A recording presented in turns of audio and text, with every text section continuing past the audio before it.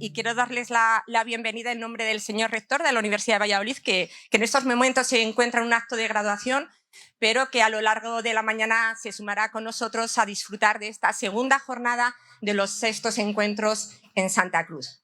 Muchísimas gracias a los que asististeis ayer y hoy repetís, a los que hoy nos vais a acompañar en esta primera y espero que también en el resto de las 4 mesas redondas que conforman esta jornada.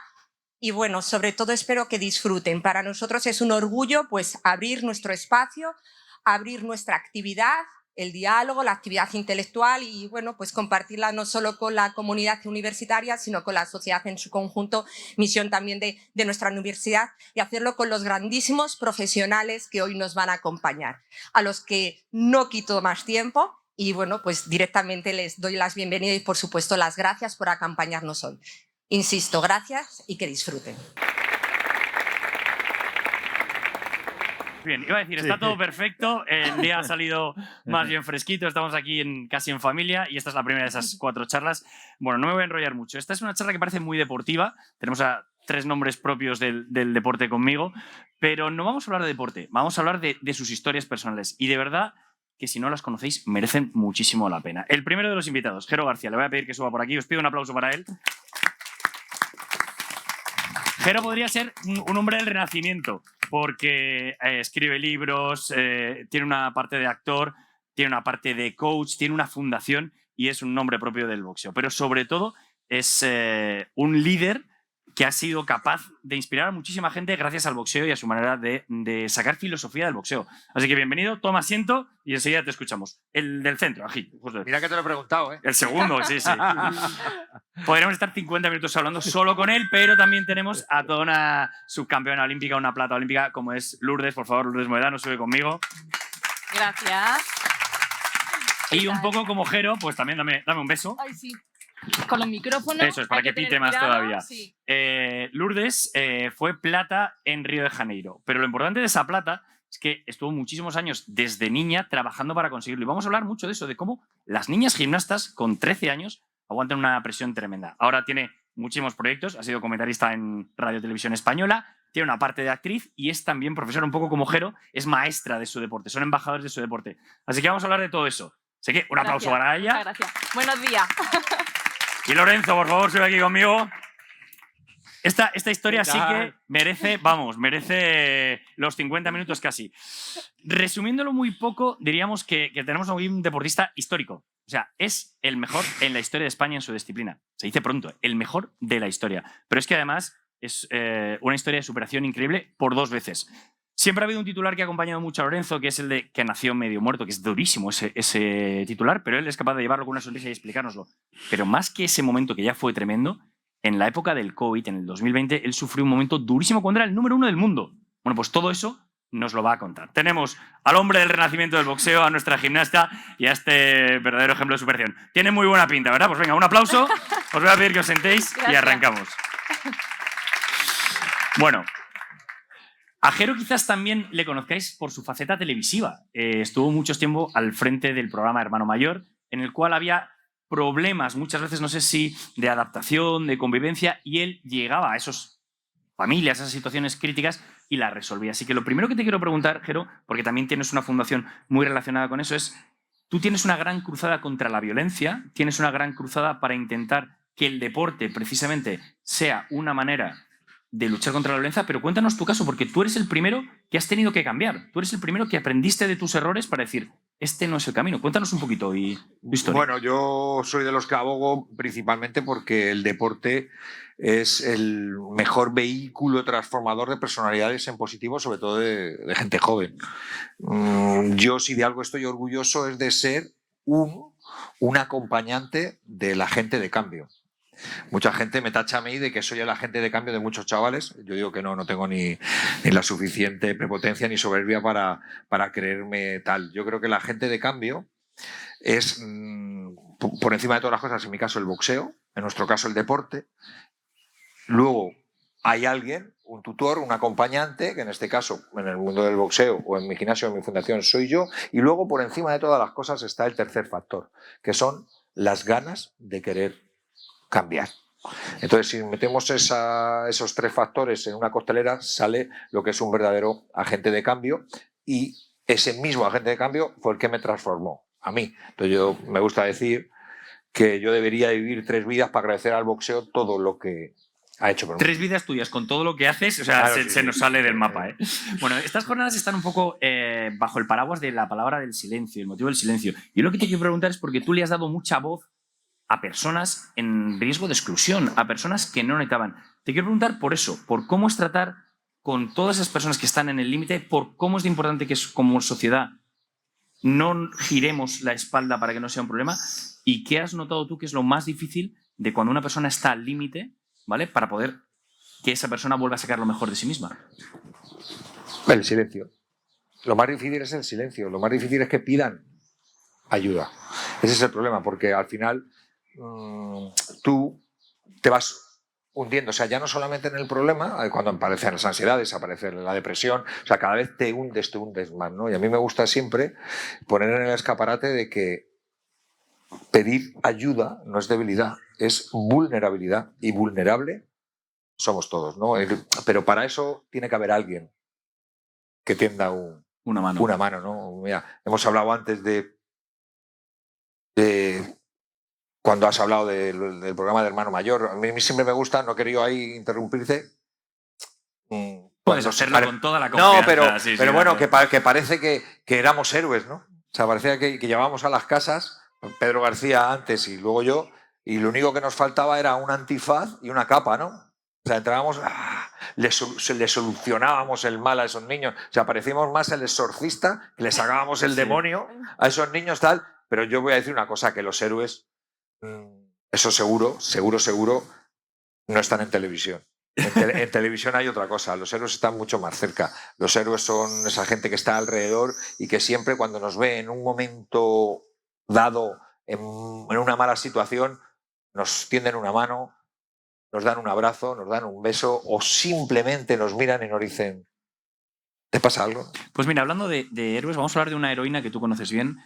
Hay un caso que me parece muy, muy interesante y te voy a pedir que nos lo expliques, que es el de Miriam. Porque de verdad que es de esos casos que creo que nos dan luz. Muchas veces en los deportistas de élite podemos tener un espejo en el que mirarnos. Cuando ellos luchan por ganar un combate o un campeonato, vemos cómo se esfuerzan, cómo superan los momentos malos, y eso lo podemos llevar a nuestros pequeños partidos, a nuestros pequeños campeonatos del día a día.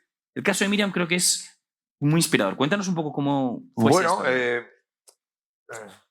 Vamos a contextualizar rapidito, que no tenemos mucho tiempo, ¿no? Yo al principio quería ser campeón del mundo, hice todo lo posible por intentar ser campeón del mundo de boxeo, ¿no?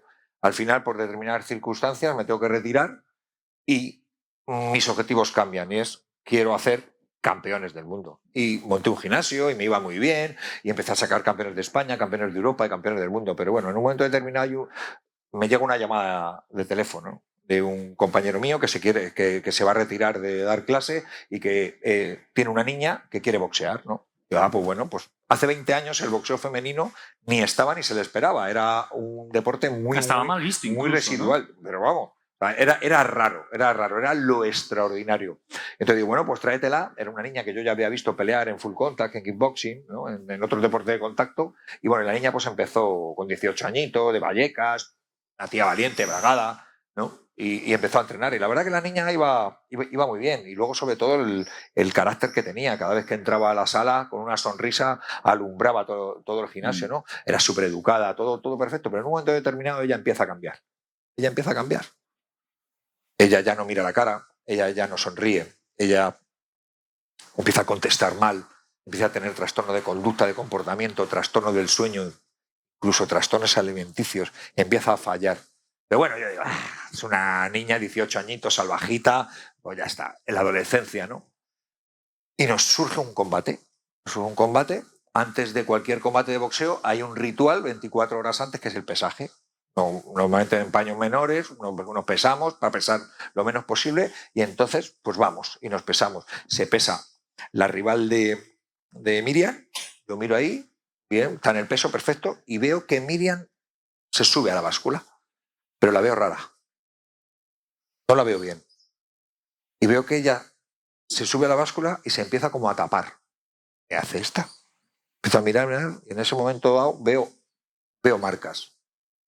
Espero que baje y le digo, oye, niña, ¿y esas marcas? No, estas son marcas de boxeo, de haciendo el sparring. Digo, 15 fracturas de nariz, 2 roturas de mano, fisura en el pómulo, 2 operaciones de rodilla. Creo, niña, que sé perfectamente lo que son cualquier tipo de herida que podamos sufrir en un sparring de boxeo. Ella se bloquea, se pone nerviosa, la sigo pidiendo explicaciones, se bloquea del todo y sale corriendo. Voy detrás de ella, no la localizo. Durante las 2 semanas siguientes intento localizarla, llamarla por teléfono y demás y tal. No la localizo, pero yo estoy muy liado. Yo tengo mucho lío, acabo de montar un gimnasio, tengo 30 peleadores a mi cargo y me olvido. Me olvido de la niña. Al año y medio aparece en la puerta del gimnasio con una niña en brazos. Y me dice, Jero, te tengo que dar una explicación. Digo, sí, es que me debes una explicación. ¿Qué pasó? Entonces ella me cuenta que el último año que estuvo entrenando conmigo, ella estaba enamorada y se fue a vivir con su novio. Y su novio era un tío de puta madre. Yo le conocía, le llegué a conocer, pero él empezó a cambiar. Empezó a prohibirla ponerse una determinada ropa, empezó a prohibirla hablar por teléfono, empezó a prohibirla incluso ir al gimnasio, ver a sus padres, ver a sus amigas.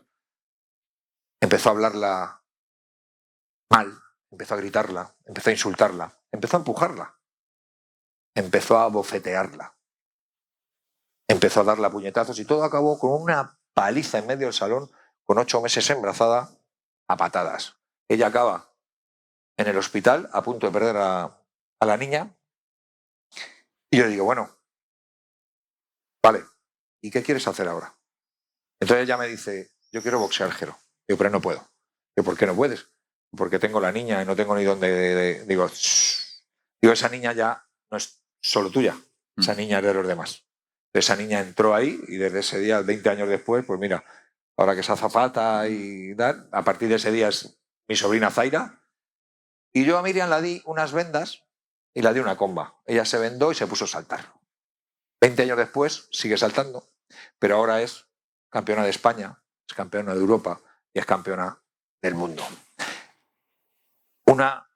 Pedro Simón lo definió en la portada del Mundo como la historia más hermosa del deporte. Sí, una gran victoria, ¿verdad?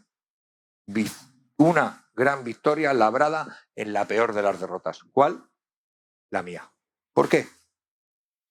Porque esa niña era responsabilidad mía. Durante un año esa niña fue golpeada todas las noches y yo no me di cuenta. A mí me dio la vuelta a la cabeza. Ese es el peor golpe que me he llevado yo fuera de un ring. ¿Qué iba a hacer? Me caí. Pero me levanté. Y no me levanté para estar en pie. Me levanté para seguir peleando. El día siguiente empecé a formarme con los mejores expertos en prevención de las violencias. A los 4 años monté una fundación que se llama Fundación Jero García, que me dedico a evitar la exclusión social, porque la tengo en barrios bravos, y sobre todo a prevenir las violencias. ¿Por qué? Porque yo quise ser campeón del mundo. Luego quise hacer campeones del mundo. Y a partir de ese día, a partir de esa hostia que yo me llevo fuera de un ring por la historia de Miriam, lo único que quiero es formar a todos los entrenadores de este país para que jamás les pase lo que me pasó a mí. Bueno, primero os voy a pedir un aplauso para Jero y para esta historia, que es increíble.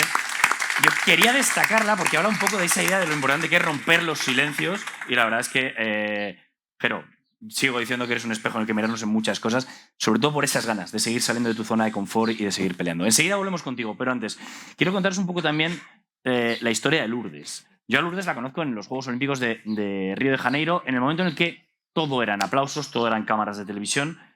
No se esperaba que España ganara una medalla de plata. Había muchísimos equipos que estaban a un nivel muy alto. España podía ser uno de ellos y España lo bordó. De hecho, hicieron una plata que todos los periodistas decíamos que sabía oro. Fue espectacular. Detrás de ese momento de muchísimo éxito había una historia tremenda. Porque con 13 años, con 12 años y mucho antes, la disciplina que tiene que tener una gimnasta no tiene nada que ver con cualquier otro deporte. Las gimnastas tienen que brillar muy pronto. Y eso obliga a que, siendo casi niñas, tengan una disciplina que las evita ser niñas muchas veces, que las saca de sus recreos, de juegos y demás. Entonces, lo primero que quería preguntarte, Lourdes, es por todo eso que no hemos visto. Hemos visto el brillo de tu medalla de plata, merecidísima, pero cuéntame todo el trabajo que hay detrás, todo el sacrificio que hay detrás, todo el silencio que hay detrás hasta ser campeona olímpica.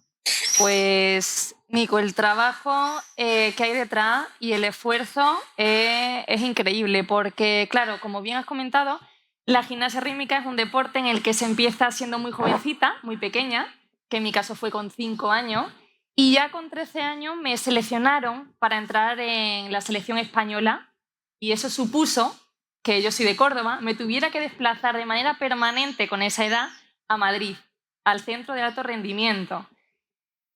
Muy contenta, muy feliz, pero tampoco sabía bien a lo que me enfrentaba, ¿eh? Es decir, simplemente en Córdoba practicaba gimnasia porque me gustaba, disfrutaba con el deporte, hacía atletismo, natación también, pero en la gimnasia rítmica tenía algo que descubrí que me apasionaba de verdad. Entonces seguí ese instinto, esa intuición, disfrutando de cada etapa de mi trayectoria deportiva hasta que me seleccionaron. Y una vez en Madrid sí que pasa por momentos de soledad, porque me fui sola, me fui sin mi familia, sin mis amigos, que con esa edad ya sabemos un poco la importancia que tiene ese entorno. Y empecé a vivir una vida completamente diferente, en la que sí que tuve que sacrificar esos momentos de cumpleaños que se tienen a esa edad, esas salidas, esas primeras salidas a dar una vuelta por el barrio, esos acontecimientos familiares que para mí son muy importantes porque soy una persona muy familiar. Pero al final fue algo que decidí, que me propusieron entrar al equipo nacional y que acepté. Acepté porque a mí lo que más me gustaba en la vida era hacer deporte. Y poco a poco fui viendo que cada etapa de esa trayectoria deportiva me iba aportando algo bueno y también me enseñaba a salir de esos obstáculos que muchas veces nos depara la vida y nos vamos encontrando por el camino, no solo en el deporte, sino en la vida en general. Te iba a decir que hay una cosa que compartes con Jero, que es que ahora eres mentor, mentora, estás inspirando a muchas chicas. Acaba de llegar de Brasil hace 5 o 6 días y tiene también en Zaragoza un equipo con el que trabaja mucho. Te quería preguntar qué te encuentras tú cuando ves a esas niñas de 12, 13 años y cómo es la preparación psicológica de una niña de 12 años que a lo mejor todavía es una niña muy pequeña para aguantar la presión, el rigor y de la delgada línea entre la victoria y la derrota, entre el éxito y el fracaso, que a esas edades no sé si es todavía más difícil de digerir. Pues Nico, creo que a día de hoy lo que puedo observar por los jóvenes es que no toleramos la frustración, ¿no? Que los jóvenes no toleran esa frustración, que no saben, quieren ganar todo el rato, todo el tiempo. Si no sale bien, lloro y me enfado porque no ha salido bien y quiero siempre ganar. Y eso tampoco es así. Vivimos en una época, en un mundo quizá que buscamos a día de hoy la inmediatez. El quiero algo para ya, para hoy. Algo nuevo, lo quiero ya, que me salga bien y eso es imposible. Tienes que dedicarle tiempo, paciencia. Es muy importante la paciencia, el trabajar cada día un poquito más y mejorar. Entonces lo que hago muchas veces con estos deportistas, los que mentorizo, es intentar enseñar que hay que tener esa paciencia, que aunque un día no salga bien, porque a todos nos pasa en los trabajos y en nuestro día a día, que al día siguiente puede salir mejor, que hay que dedicarle ese tiempo, que también tienen que disfrutar de esa etapa, de cada día. Es difícil también cuando ha salido mal reponerse, ¿no? Pero bueno, de eso también se trata. La vida es eso. Hay veces que nos va bien y hay otras veces que no nos va nada bien y que hay que intentar gestionar de la mejor manera posible. Que cuando se tiene ayuda de un profesional y psicológico está muy bien, pero cuando no, pues tienes que intentar gestionarlo tú con ayuda de tus entrenadores, con ayuda de tu familia, de tu entorno, para salir adelante y seguir mejorando. La gimnasia no tiene la misma presencia mediática que otros deportes. Tú le has dedicado la vida a un deporte y la verdad es que eres un caso de éxito. Recuerdo que cuando ella gana la medalla de plata, esas navidades después, ella y sus compañeras eran el anuncio de Freixenet, eran las famosas burbujas de Freixenet. Lourdes era una estrella, aparecía en las marquesinas, estaba en todos lados. Pero, sin embargo, todo eso desaparece muy rápido. Y es verdad que incluso los deportistas de otros deportes que tienen más presencia en los medios también desaparecen, pero quería preguntarte un poco por cómo es eso, la bajada también de la fama, lo duro que es dedicarle toda tu vida a un deporte que sabes que tiene una presencia relativa en los medios y lo importante que es tener la conciencia de que tú estás haciendo algo porque a ti te gusta, porque si a veces dependes del aplauso de fuera, de la fama, del éxito, no sé si es muy, muy peligroso.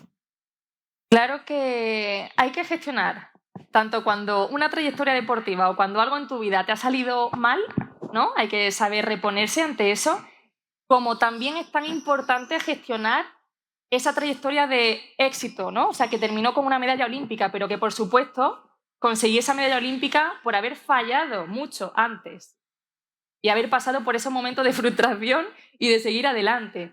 Entonces, sí que es duro. Es duro porque también, aparte de esa visibilidad de la que acabamos de comentar, también hay que saber que después de esa trayectoria deportiva, de haber cerrado esa etapa, ahora comienza otra. Y por supuesto que quieres que te vaya bien, igual de bien que la anterior. Pero claro, tienes que saber que se empieza de cero. Nunca dejé de estudiar, siempre tenía ese plan B que luego se convierte en A. Y siempre mis padres y mi familia siempre me enseñaron a eso, ¿no? A que tenía que tener los pies en la tierra, aparte de mi trabajo y entrenamiento, también tenía que seguir estudiando para el día de mañana. Y gestionando, por supuesto, bueno, que se empieza de cero, que poco a poco hay que seguir trabajando, comenzar de nuevo y de la mejor manera posible. Con esa sonrisa, claro que sí. Pues un aplauso también para Lourdes, por favor. Bueno. Gracias. Os decía que Lorenzo es histórico, que se dice pronto. Si nos ponemos a contar sus medallas, nos quedamos sin tiempo para todo. 18 veces campeón de España, se dice pronto. 9 en Europa, 9 medallas europeas, ha estado en finales de Juegos Olímpicos. Pero más que todos tus éxitos deportivos, te voy a pedir que nos cuentes un poco tu historia. Y sobre todo, hacía un poco hincapié en ese momento que vives tú en el 2020, que es durísimo, pero que sin embargo te hace más fuerte. Cuéntanos, por si ellos todos no conocen tu historia, ¿qué ocurre un poco antes de... Estamos ya en plena pandemia, yo creo 2020. ¿Qué ocurre? Pues mira, Nico, yo para empezar, yo nací con una parálisis cerebral por una hipoxia cerebral, ¿vale? Entonces, pues para que te imagines el panorama en mi parto, mi madre da a luz, se pone a sonar todo el paritorio, me sacan corriendo del paritorio y le dicen a mi padre, vete al paritorio de al lado a despedirte de tu hijo. Imagínate el panorama, ¿no? Paso un montón de tiempo en incubadora y cuando ya ven que tiro para adelante le dicen a mis padres, año 1990 en Murcia, ¿vale? No había el acceso a la información que hay ahora. Es una parálisis cerebral, es una lesión cerebral y lo que tiene el cerebro es que en función de dónde te haya afectado, ¿vale? Va a tener una serie de consecuencias a lo largo de tu vida diferentes, ¿vale? El cerebro es la CPU del cuerpo. Entonces, en función de dónde le toques, pues o te afecta al habla, o te afecta a nivel intelectual, o te afecta a nivel motriz. No se podía saber en ese momento, era ver cómo crecía y ver en qué medida me afectaba. Pero creían que por la cantidad de tiempo que había pasado en hipoxia cerebral, pues no podría desarrollar una gran parte de mis funciones vitales básicas como son caminar, hablar, comer por mí mismo, ¿no? Entonces, pues a mis padres le dijeron, pues, no os queda otra que pelear, porque al final el cerebro también lo que se está demostrando es que se plastifica, o sea, que se adapta en función de lo que tú lo trabajes, ¿vale? Pues mis padres siempre hicieron lo máximo posible. ¿Cuál es el asunto? La mejor manera de trabajar a nivel motriz a una persona, ¿vale? En mi caso no era para llegar a dedicarme al deporte profesional, era para poder andar. Porque la gente se piensa que la parálisis cerebral es una discapacidad intelectual. Asocia al cerebro al tema intelectual y no, el cerebro es tu CPU, el cerebro es lo que piensa, es lo que se mueve, es lo que respira, el cerebro lo hace todo, ¿vale? Entonces a mí no me afectó a nivel intelectual, pero sí a nivel motriz. La mayor afectación de mi parálisis cerebral se llama espasticidad muscular. ¿Qué quiere decir eso? Que mi músculo es mucho más rígido que el de cualquier otra persona.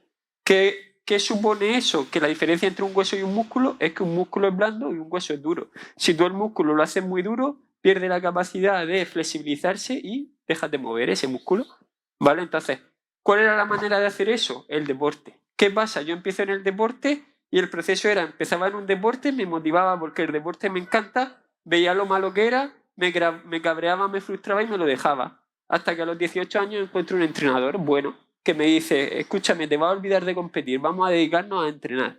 Vamos a dedicarnos a prepararnos para que la primera vez que tú llegues a una competición no sigas el proceso de ver lo malo que eres, frustrarte y dejártelo, ¿vale? Vamos a ponernos objetivos a corto plazo, vamos a empezar a trabajar. Con 18 años empecé en atletismo. ¿Cuál es el primer mensaje de ahí?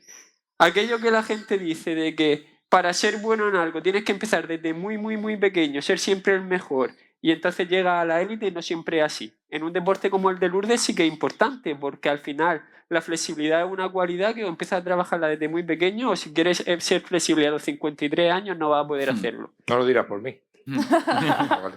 Tú tienes pinta de gimnasta, Jero. Sí, Estaba viendo sí. ahora y Siempre estaba se puede.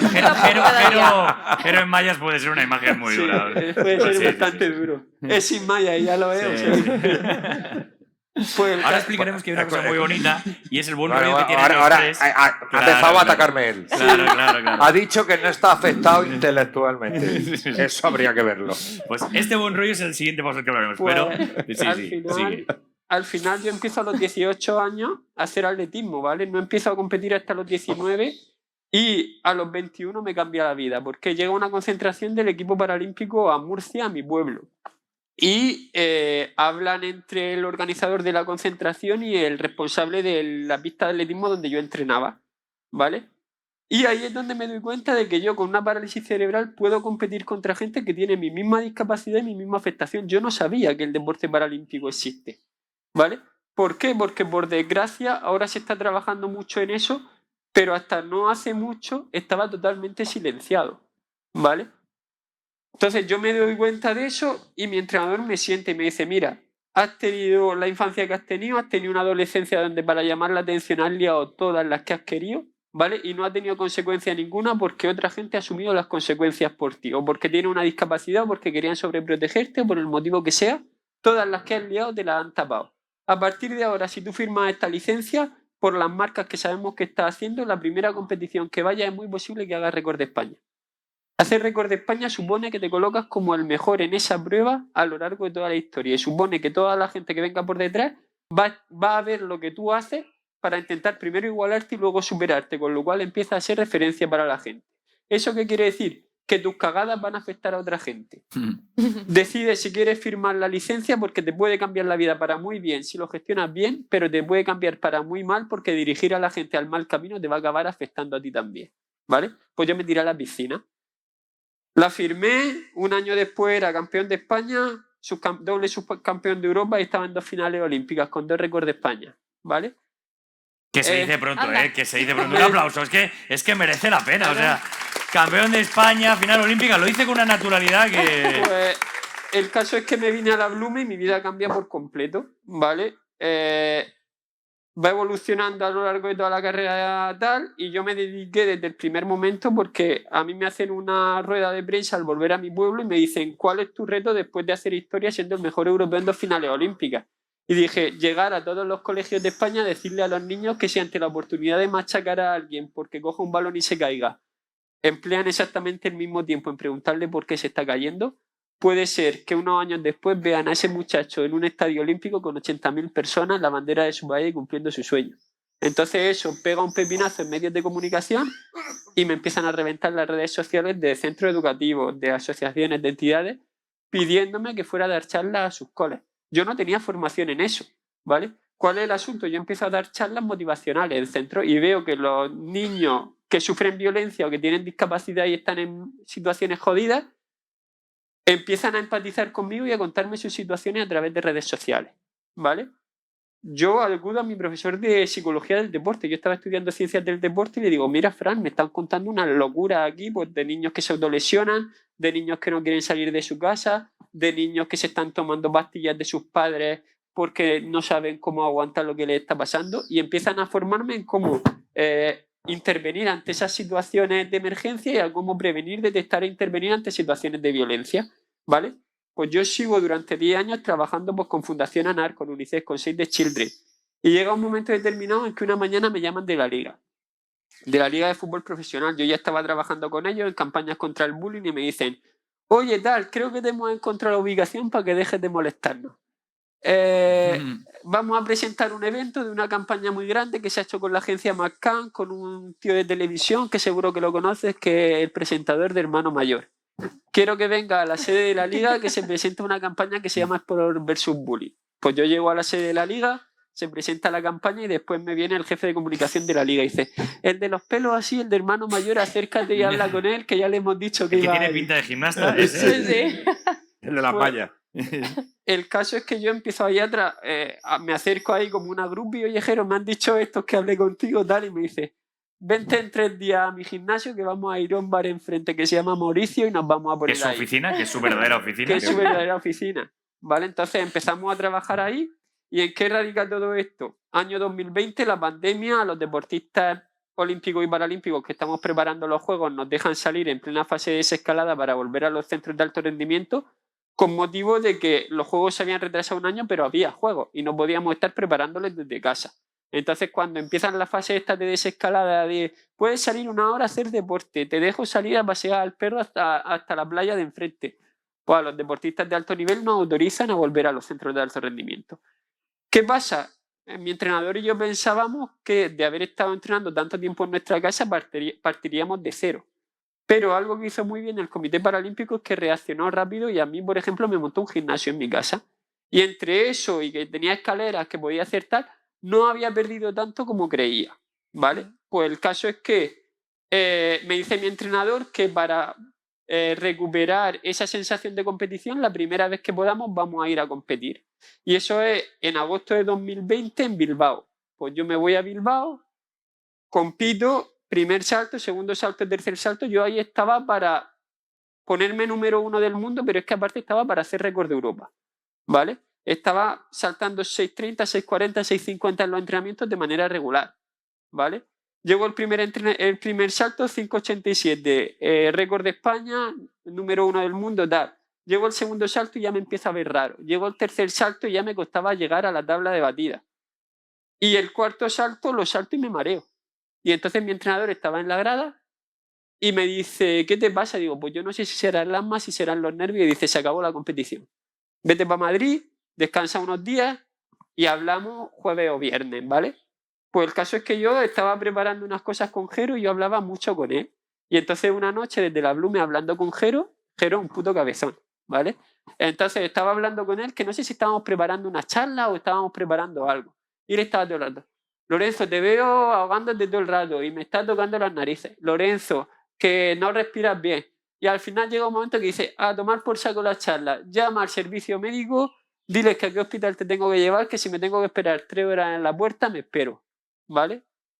Me llamo a Pepa, a la médico del Comité Paralímpico, y me dice, vete a este hospital. Jero viene a por mí al CAR de Madrid, se cruza a Madrid, viene a por mí, me lleva a la puerta del hospital y yo me acuerdo que Jero y yo nos miramos en la puerta del hospital y me acuerdo que me mira con la cara descompuesta y me dice, esto es Walking Dead. ¿Vale? O sea, era algo, pero que yo entré al hospital y me temblaban las manos. Y me dice Jero, me voy a esperar aquí porque no me van a dejar entrar por todos los protocolos COVID. Ve informándome porque si tengo que llevarte de vuelta me espero, pero si te van a dejar me voy. ¿Vale? Me hacen prueba de COVID, no era COVID, pero ven que estoy perdiendo capacidad pulmonar. Y me dicen, te vas a quedar aquí. Yo llamo a Jero que se vaya y me dice, ve contándome. Y me llaman mis padres. Los médicos me dicen, dile a tus padres que estén tranquilos, que no van a poder entrar, así que no se vengan de Murcia a Madrid para quedarse en la puerta de un hospital, que se queden allí, nosotros les vamos contando. Eso a las 11 de la noche. Yo veo que se va complicando la cosa durante la noche. Veo que primero hay un médico conmigo, luego que hay 2 y que a las 5 de la mañana 3 médicos alrededor mío en la cama. Y me toca así una de las médicos y me dice, Lorenzo, ¿puedes llamar a tus padres que vengan para acá? Digo, sí, a las 11 de la noche lo he llamado para decirles que no. A las 5 de la mañana si lo llamo para que se haga 500 kilómetros y se venga, le da un infarto. Entonces, tú diles que en cuanto puedan, digo, pero si no van a poder entrar, no, dice, sí van a poder entrar. Lo gestionamos nosotros y tal. ¿Cuál es el asunto? Unos días después me entero, ya dentro de la UCI del hospital, que estaba perdiendo capacidad pulmonar, había perdido el 90% de la capacidad pulmonar, no sabían por qué, no era COVID, no tenía nada que ver con el COVID, pero los pulmones habían dejado de funcionar, ¿vale? Entonces una noche me acuerdo que llega un médico a la UCI es la experiencia más bestia que he vivido en mi vida, ¿vale?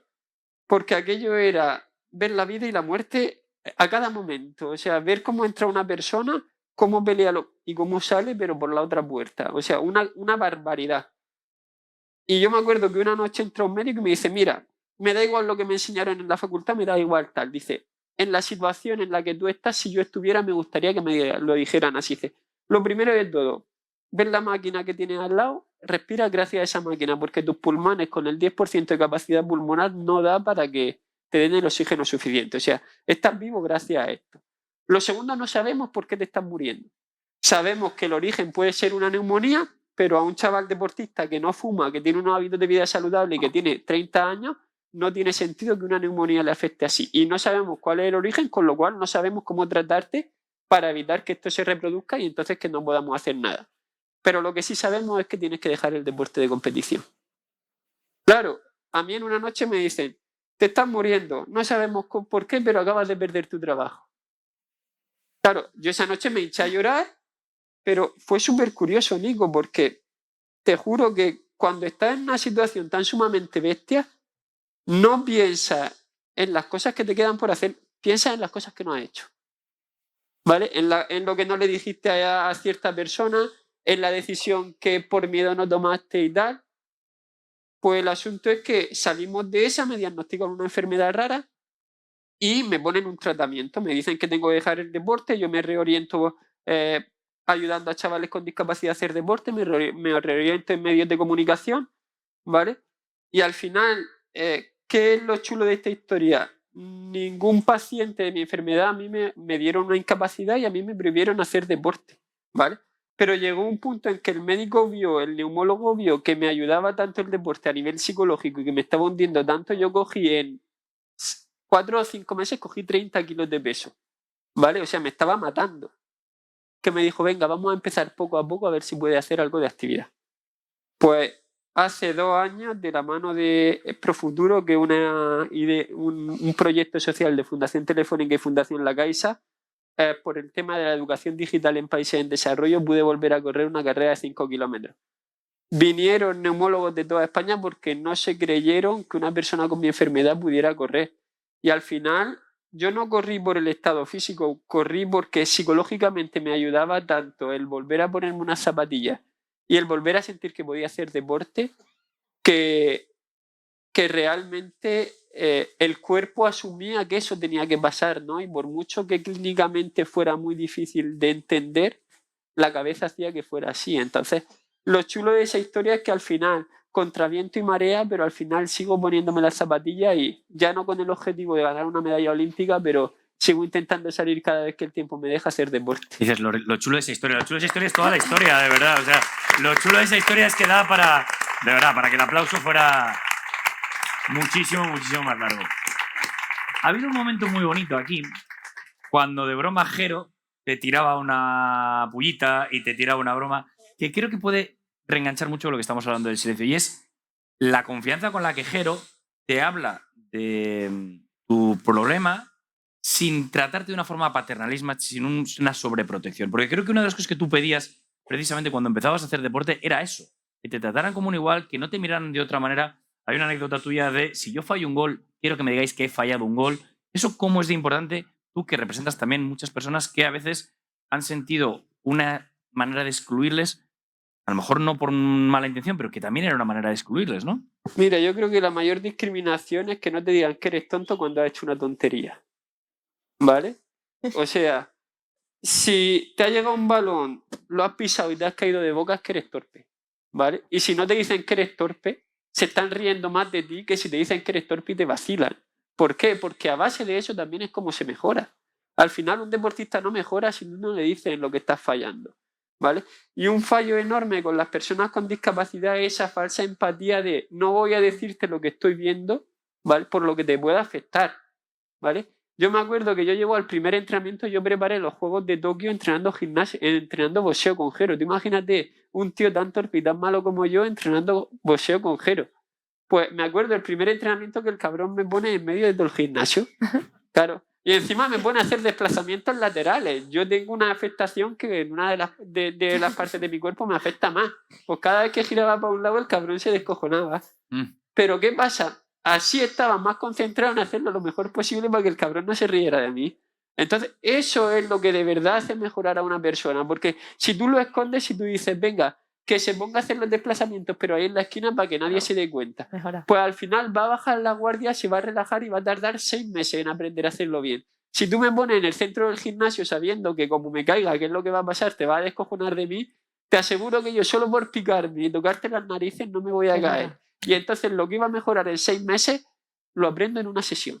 Y eso, Jero, me imagino que también es muy importante por ejemplo, tú que estás teniendo una gran cruzada contra la violencia, con cualquier otra cosa. Es decir, estábamos hablando de un problema de una discapacidad, pero también a lo mejor cuando una persona tiene un problema con la violencia o con un complejo o con lo que sea. Qué importante es sacar del silencio ese problema que tienes para poder superarlo, ¿no? Bueno, es el efecto paradójico que hablaba Víctor Frank, ¿no? Que es reírse un poco cada uno de sus taras.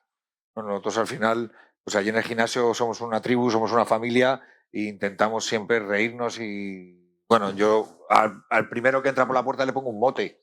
¿Sabes? No es por insultarle, no es para que se siente identificado que es parte de esto, ¿no? Yo me acuerdo que David Guistau, ¿no? En el prólogo de mi primer libro lo decía, es que hasta que yo no tuve mote no me sentí parte de la tribu, ¿no? Es un poco reírte un poco del mal, no del mal ajeno, sino de tu propio mal. ¿Y nos cuesta esa parte de ser autocríticos? ¿Notáis vosotros con la fundación y al final los tres dais muchas charlas, sois ponentes, sois muy inspiradores? ¿Notáis que uno de los problemas es que nos falta esa parte de autocrítica? Saber decir, esto se me da mal o este es mi problema. Bueno, pero eso realmente es una falta de autoestima. O sea, tú cuando tienes la suficiente confianza y la suficiente autoestima, puedes reconocer tus errores perfectamente y, por tanto, estás empezando a subir los primeros escalones de esa escalera que es el aprendizaje del error. Eso, Lourdes, tú, por ejemplo, ¿también lo notas?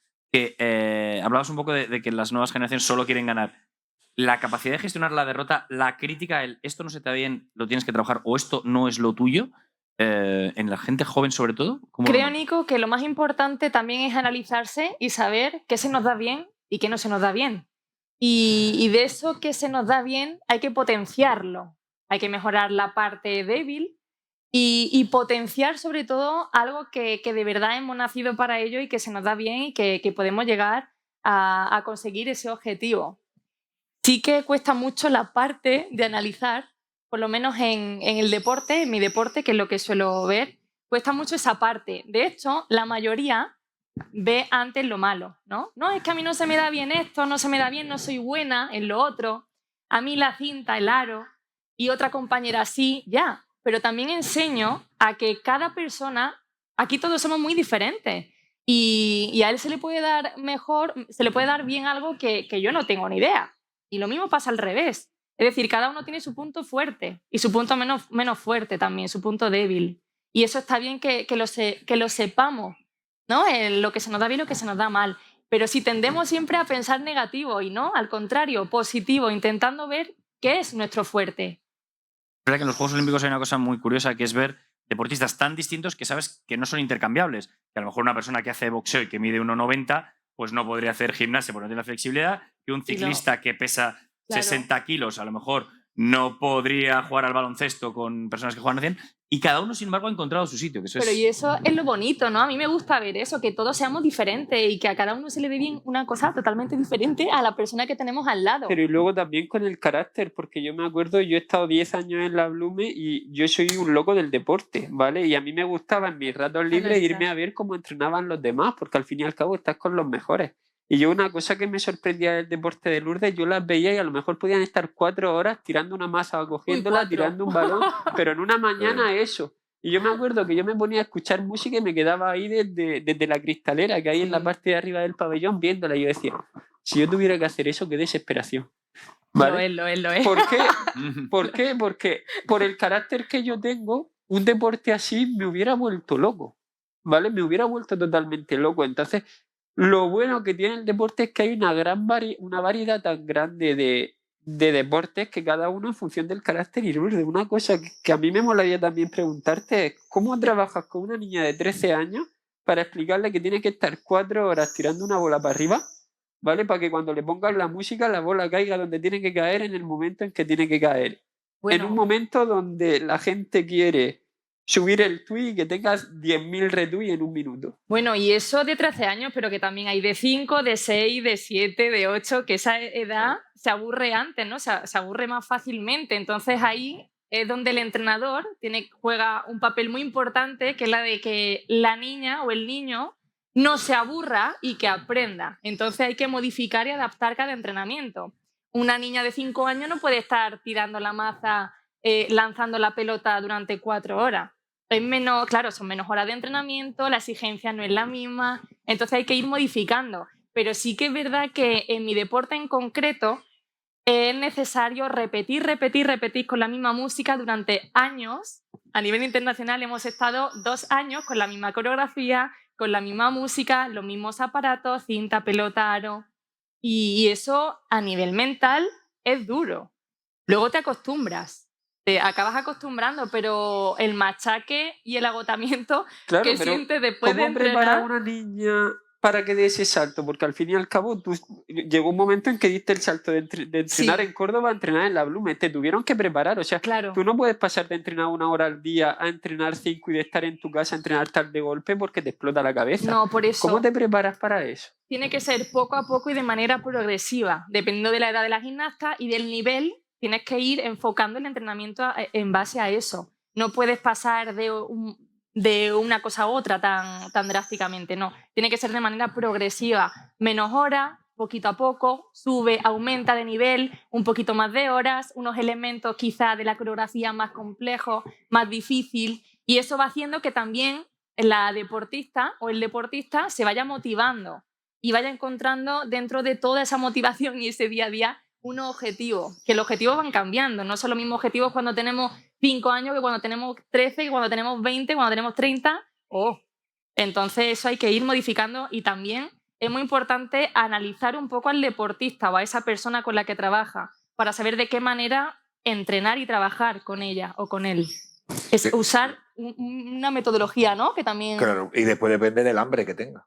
¿no? Eso, Porque tú puedes ir la motivación. preparando, pero a ella la serio el hambre. Yo quiero competir y quiero ser campeona olímpica. Luego hay otras que a lo mejor han entrenado igual o incluso más, pero no tienen ese rol competitivo. Pero el hambre también es una gestión del entrenador, ¿no? Tenéis que saber... Va en todo, yo Y creo. de la persona. Sí. Porque yo recuerdo que cuando competía me sentía ahí antes de salir como un torito antes de... Claro. Yo recuerdo eso, que era como un fuego interno que decía, quiero salir ahí Buah. y quiero... Sí, El salga día de la como salga. competición es lo más maravilloso que hay. Ya cuando entras al sitio donde compites, tú ya estás en piloto automático, pero desde que te levantas por la mañana, yo solo hablaba con mi psicóloga deportiva que se llama Manuela y le decía que eso era la sensación de las grandes ocasiones. Y era cuando te estás jugando algo, cuando estás en la competición, es desde el momento que suena el despertador, ese fuego que tiene en el cuerpo, que dices, si le pego un cabezazo a una pared, la parto. O sea, esa sensación de es que llega el momento que llega y que es algo inexplicable. Pero, Algo por ejemplo, que no sentías la presión, que hay muchos deportistas que también sienten el miedo. O sea, fíjate, ese a ti te sale muy natural, pero es verdad que también hay muchos deportistas, yo por mi parte de periodista sí que he tenido la suerte de tener a muchos deportistas de élite cerca y alguno te reconoce haber sentido miedo o haber sentido Sí. esa presión. Y es lógico que lo puedas sentir también, Claro. que es un poco estamos ya un poco en la recta final. Os quería preguntar un poco, para terminar, sois 3 casos de éxito. Al revés, ¿cómo gestionamos nuestros miedos, nuestras inseguridades? ¿Cómo las habéis gestionado vosotros en vuestro caso personal? Sois campeones de España, olímpicos, habéis estado en citas grandes. ¿Cómo las habéis gestionado y cómo veis ahora que estáis desde la parte de mentores que ayudéis a la gente a gestionar sus miedos? Hemos empezado un poco de aquí para allá, vamos a hacerlo al revés. Para ir terminando, ¿cómo gestionas tú esa parte de tus miedos o tus dudas? Pues mira, yo en primer lugar yo creo que se siente más presión y se basa peor en los procesos de clasificación, ¿vale? Que en las grandes competiciones, ¿vale? Y eso quizá es un fallo grande del deporte español. Pero no te hablo solo de competición. Cuando tú estás, por ejemplo, tú has superado momentos durísimos. O sea, mucho más allá del deporte. ¿Cómo te has enfrentado a esa noche que nos contabas tan dura en el hospital? ¿Cómo consigues mentalmente rehacerte para no venirte abajo? Que es verdad que tú tienes una parte natural que te sale esa parte luchadora que tienes, pero también tiene que ser muy difícil, me imagino, no Pues, venirte abajo. Yo creo que siempre tienes que tener en la cabeza el pensamiento de que mañana va a salir el sol, pase lo que pase esta noche, ¿no? Entonces, hay que, incluso en los momentos más traumáticos, como puede ser en una UCI, como me pasó a mí, tienes que tener, lo primero, la humildad para llorar, o sea, para desahogarte y en ese momento decir, no voy a tratar de autoconvencerme de que soy más fuerte que nadie, no, voy a llorar, voy a desahogarme y simplemente voy a tratar de dormir o tratar de desconectar para ver mañana qué pasa. Luego tienes que tener gente en tu entorno con el que tengas la máxima confianza. Yo ahí me acuerdo que la primera llamada fue a mis padres cuando le dije eso, la segunda fue a Marco, a mi representante, la tercera fue a Jero y la cuarta fue a mi entrenador. Fueron las 4 llamadas que hice esa mañana. ¿Pero por qué? Porque yo había estado toda la noche pensando y necesitaba que esas personas entendieran mis pensamientos y me dieran su feedback desde fuera, ¿vale? Porque yo sabía que en un momento tan tenso podía no tener la clarividencia para primero ver qué hacer para sobrevivir de aquello y luego ver cómo tirar para adelante, ¿vale? Entonces tener ese entorno de confianza, ese entorno de seguridad, que en la violencia lo trabajamos mucho con Jero. ¿Dónde está ese entorno de seguridad que te haga salir de esa situación de violencia, de vulnerabilidad, de inseguridad, ¿no? Y en el deporte y en la vida es básico, o sea, todos tenemos que tener una persona, un grupo de personas, ¿vale? Con el que puedas llorar tranquilamente y que te conozcan cómo eres tú, no cómo eres la persona en la que te conviertes cuando te expones al público, porque todos tenemos una parte personal que nos conoce muy poca gente y la parte más pública, ¿vale? Y tener ese entorno es básico. Y luego también tener la sangre fría de asumir que todo Lourdes falla. tiene que hablar también. Si quieres decir mi parte. Tengo también. confianza para decírselo. Sí, ya lo he visto. Escucha, le das un micrófono y se queda solo. ¿Qué tío? Y tienen que preguntarnos ellos también. Ay, Así que también. venga, vamos a ir terminando un poco. Lourdes, Ve. un poco, que tú ahora, por ejemplo, tienes una faceta de comentarista en televisión, de actriz. No sé si todo lo que has vivido como deportista te ayuda mentalmente. ¿Tus esquemas de deportista te ayudan para superar tu día a día? ¿Qué te ayuda? Creo que el deporte a mí me ha enseñado y me ha aportado mucho para enfrentarme a una situación nueva o a una situación en la que estoy expuesta, ¿no? Tanto en comentarista como en un trabajo de interpretación, de actriz, como cuando presento también en una gala, en todo. Y a mí me ha ayudado mucho visualizar, cuando estaba en el deporte, visualizaba mucho la noche anterior y repasaba mentalmente que la coreografía saliera bien, que no tuviera fallo. Había alguna noche, he de decir, que me ponía con los ojos cerrados a repasar y de repente se me caía la maza y digo, ¡ay no, vuelvo! Empiezo de nuevo. Para intentar eso, visualizar eso. A día de hoy también lo hago, con otros trabajos, ver que va todo bien. Y buscar esa seguridad, ese entrenamiento mental también, tanto físico como mental, de buscar también todo lo positivo, ¿no? Vamos a ver, llevo 4 años preparándome para este momento, ¿qué puede salir mal? Llevo muchísimas horas de entrenamiento, sé lo que hay que hacer, tiene que estar todo bajo control y si no lo está, ya me las apañaré para que lo esté y coger ese aparato o enfrentarme a cualquier situación de la vida.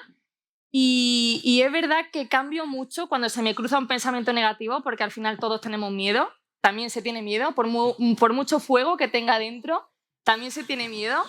Y cualquier pensamiento negativo que se me pueda cruzar por la mente, por la cabeza, intentar cambiarlo a positivo, ¿no? Decir, vaya, es que este elemento concreto no me ha salido antes de competir, pero bueno, tengo la confianza de saber que normalmente hay más probabilidad de que me salga que no. Como intentando cambiar la frase. Así que visualizar, cambiar ese pensamiento negativo acabando en positivo y también buscando esa seguridad de relativizar también un poco, ¿no? Que es una competición más, o es una conferencia más, o es una gala más, una retransmisión más, buscando un poco que sabemos, que por dentro sabemos lo que tenemos que hacer. Entonces hay que buscar eso que tenemos dentro. Perfecto. Antes de que podáis preguntar, que también me parece que es una parte muy interesante que podáis aprovechar para hacer vuestras preguntas, pero te pregunto un poco lo mismo. ¿Cuáles son las herramientas que tienes tú para superar tus miedos? Tú has hecho una transformación además muy interesante. Hablábamos un poco de la fundación que tenéis para luchar contra la violencia. Tú mismo has sabido canalizar para que la violencia sea... para saber detectar los problemas de violencia y arreglarlos. Tú mismo a lo mejor de niño hubieras agradecido tener todo lo que tú estás ofreciendo ahora a mucha gente. Te pregunto un poco, ¿cuáles son tus reflexiones para terminar un poco de qué nos ayuda? Hablemos de miedo, ¿no? Al final cuando hablamos de boxeo y miedo, la pregunta, ¿no? ¿Has tenido miedo cuando has subido al ring? Pues yo he subido 71 veces a un ring y he subido las 71 veces acojonado. ¿Por qué? Porque el miedo hay que tenerlo. La persona que no tiene miedo no es valiente, es que está loca. ¿Quién es el verdadero valiente? El que supera los miedos. Y esos son mis retos ahora. Yo ya le he dado la vuelta al jamón con 50. ¿Cuáles son mis retos? Intentar superar mis miedos. ¿Para qué? Para intentar superarlos. ¿Cómo podemos superar un miedo? Yo tengo una ecuación que es primero conocer por qué tengo miedo, ¿no? ¿A qué tengo miedo? Puedo tener miedo a lo que piensen los demás, puedo tener miedo a que me hagan daño. Conocer el miedo. Cuando tú ya lo conoces, hay que reconocerlo. No es fácil reconocer que tienes miedo. Y cuando lo reconoces hay que asumirlo y, por último, responsabilizarte que vas a tener miedo toda la vida independientemente lo que hagas. Y el miedo, ya para cerrar un poquito, es una emoción. No nos confundamos. Y como emoción tiene una connotación negativa. ¿Y por qué no trabajar para que esa connotación, en vez de negativa, sea positiva y que cuando tengamos miedo sepamos transformarlo y que nos ayude en estar más atentos, más alerta, ¿no? Más con la guardia arriba, ¿no? Miedo a que Lorenzo coja el teléfono y te deje el teléfono, el micrófono y te deje sin espacio, ¿no? Bueno, como os decía, son 3 historias súper interesantes, aparte de la conexión que tienen entre ellos. Estamos llegando a la recta final, pero no sé si queréis hacer alguna pregunta, aprovechar que está por aquí. Así que, bueno, están nuestras compañeras por ahí con un micrófono. Veo que hay una pregunta por allí. Venga, perfecto. Sí, ¿qué tal? Buenos días. Dar la enhorabuena a los 3 ponentes y al moderador, que lo han hecho fenomenal. Mi pregunta es, cada vez hay más deportistas de alta competición que tienen depresión. Ricky Rubio, Santiago Iniesta, Pedro Aguado. Tiene beneficios el deporte. La alta competición tiene sus perjuicios también. ¿Hasta dónde estamos? ¿Por dónde vamos? Que estamos un poco desorientados en el camino de la alta competición. No sois tan ejemplares. No sé, ¿qué mensaje tenéis que decir en este ámbito? El ejercicio como salud, pero no llevar a un extremo que desequilibre a la persona. Mira, yo me permito decirte una cosa. Los últimos Juegos Olímpicos fueron los Juegos Olímpicos de la salud mental. Y fue Simone Biles, la gimnasta de Estados Unidos, la que lo visualizó. Ella llegó como la estrella de Estados Unidos, el equipo más mediático que hay, y en la primera prueba dijo, no sigo. No sigo porque como no estoy en condiciones de seguir voy a tener un accidente. Claro, que la estrella de Estados Unidos se bajara era tremendo, porque además era un referente. Y ella se bajó y volvió a competir el último día, después de perder muchas oportunidades, y ganó una medalla de bronce, ya que iba por el oro y fue muy... Creo que en aquellos juegos se visualizó que son personas. Y al revés, nos ayudó mucho a empatizar. Yo creo que una de las cosas que hablábamos al principio es que los deportistas nos ayudan a empatizar, no son máquinas. Y precisamente ver a un deportista que te dice, como decía Jero, he tenido miedo, o he superado un mal momento, o tengo dudas, te hace ver que cuando tú tienes dudas es normal, pero él ha sido capaz de coger esas dudas y superarlas, o de enfrentarse a ellas, o de una mala noticia. Entonces, yo creo que lo que nos ha hecho ha sido humanizar a los deportistas, y a los deportistas, a los actores, a los cantantes. O sea, creo que precisamente si hay una cosa buena en los últimos, vamos a poner 10 años, que se han visualizado los problemas de salud mental, que antes no eran, que antes una estrella del rock no podía tener un problema mental, y ahora sí lo puede tener, y lo podemos empatizar, porque es una persona que se pasa fuera de casa un año y está con desarraigo. Entonces, mi opinión es que al revés, que es beneficioso ver que son humanos y que nos permite, a mí me permite más empatizar con una persona, ver que es como yo, a que solo admire sus títulos de boxeo, sus marcas, o lo que sea. En mi caso, a mí al revés, me empatiza más. Pero bueno, vosotros... Pero creo que tenemos que tener una cosa clara. ¿Qué ocurre ahora? Que se ve más a Ricky Rubio, se ve más a Iniesta y se ve más a Simone Biles. Siempre ha habido Ricky Rubio, siempre ha habido Iniesta, siempre ha habido Simone Biles. Lógicamente, el deporte de élite, el deporte de primera fila es lo que conlleva estrés, conlleva ansiedades y conlleva problemas de salud mental. Lo que pasa es que, gracias a Dios, desde esos Juegos Olímpicos del 2020 se ha cambiado y se ha puesto en el escaparate de la sociedad que un deportista, igual que un actor, igual que cualquier persona de cualquier gremio, puede tener problemas mentales. Pero estamos hablando de que el deporte genera problemas mentales. Perdón, en mi caso, a mí me ha salvado la vida.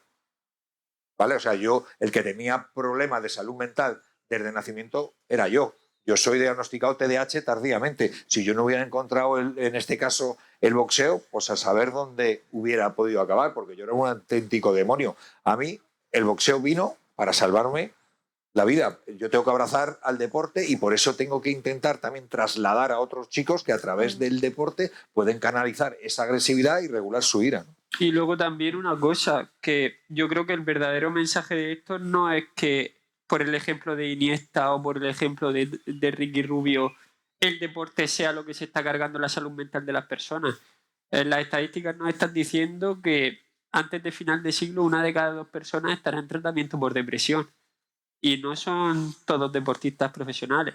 El problema es cómo estamos gestionando el día a día a nivel general, ¿vale? Para que esté habiendo a nivel, en todos los ámbitos de la vida tantos problemas de salud mental.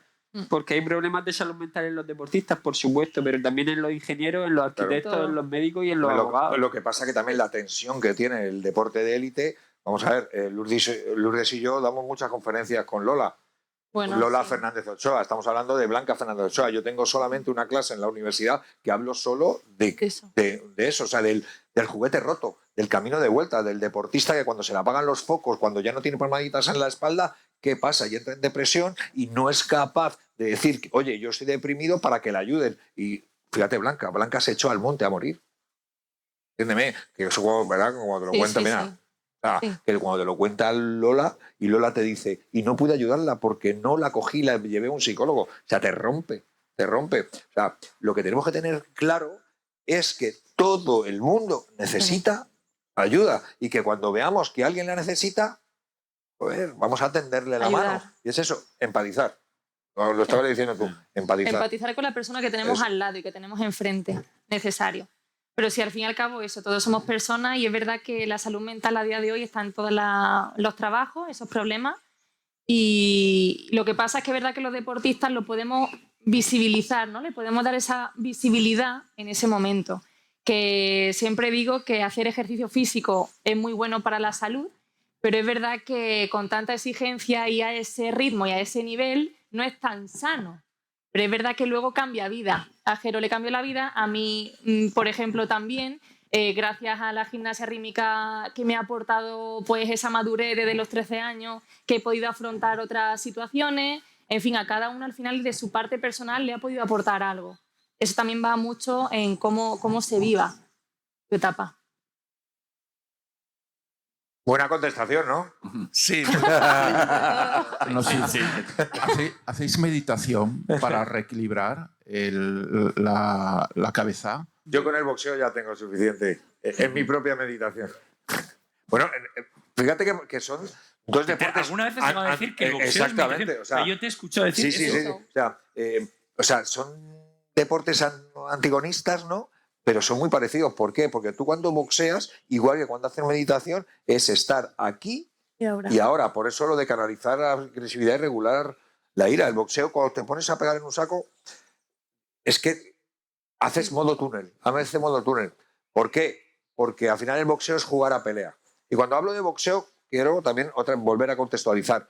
El boxeo no es dos tíos sin camiseta ensangrentados pegándose en un ring, no. O sea, yo tengo muchos alumnos que ellos jamás han hecho contacto y llevan 10 años entrenando conmigo. Y ellos cuando acaban de dar una clase de boxeo se sienten boxeadores. ¿Por qué? Porque juegan a pelea o con un saco o con su compañero, ¿no? Y eso es lo bueno que tiene el boxeo.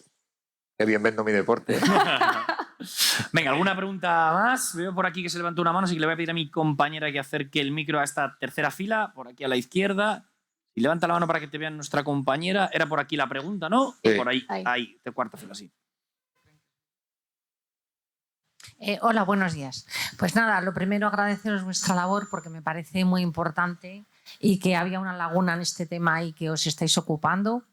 Luego decirle a Lorenzo que, bueno, a ver si en su pueblo se enrollan y le ponen una calle. Fue lo que nos faltaba. En vez de élite se te sube a la cabeza y ya estás insoportable. Bueno, y nada, pues ahora que has sacado el TDAH, me parece que habría muchos chiquitos y chiquitas que se podrían salvar con el tema del deporte a raíz del tema de la hiperactividad. Porque pues se les medica y hay otras salidas y me parece importante que se canalice por ahí. Y nada. Bueno, hablamos de TDAH, tenemos que diferenciar principalmente dos cosas, ¿no? Que hay dos tipos. El TDAH genuino, ¿vale? Lo que nacemos ya con eso, y luego está el comportamiento TDAH. Entonces, claro, ahora todo el mundo medica a todo el mundo.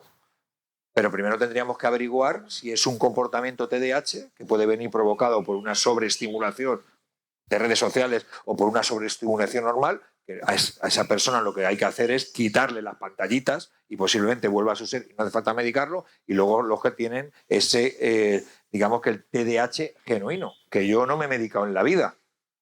Mi hija mayor no se ha medicado en la vida y mi hijo pequeño no se va a medicar, porque la belleza la han heredado de sus madres, pero el TDAH lo han heredado de su padre.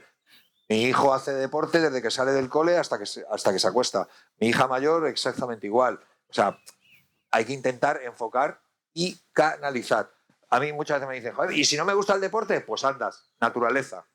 Es importante que canalicemos sobre todo esa hiperactividad e impulsividad a través de deporte o naturaleza. Y eso es cada vez está mejor. Por ejemplo, ahí en el barrio, todos los psicólogos, los hospitales de día me están llenando el gimnasio. O sea, porque el boxeo funciona muy bien, muy bien. Sí, o creatividad también. Hombre, por supuesto. O un instrumento de música o lo que sea. Todo lo que sea. Enfocar, sí. que ellos canalicen. Lo que pasa es que, claro, cada niño es un mundo y hay que probar, y no es fácil, y hay que tener mucha paciencia. Y con los niños TDAH pues tenemos que tener, pues eso. Paciencia. Esa paciencia. Como contigo. Como conmigo, lo mismo. Conmigo. Bueno, ¿alguna pregunta más que tengáis por aquí? Es verdad que son 4 mesas hoy y los compañeros de las 3 mesas siguientes también nos van a sacar, si no el cartel de que queda poco tiempo. Así que yo creo que lo vamos a dar por cerrada. Bueno, la última pregunta la voy a hacer yo, ¿vale? Venga, Uy, a ver. venga. A ver. Sé que lo estáis pensando todos. ¿Cómo boxea Lorenzo Albaladejo? Lorenzo, te toca. ¿Verdad? Es muy buena persona. Gracias. Chicos, un aplauso muy grande para nuestros 3 invitados. Terminamos con una sonrisa, claro que sí. Y eso que se han hablado de temas muy importantes. Ha sido un lujo tenerlos a los 3. Muchísimas gracias. Y de verdad que para mí ha sido un placer conducirlo. Muchísimas gracias. Un aplauso y gracias, chicos. Gracias. Muchas gracias.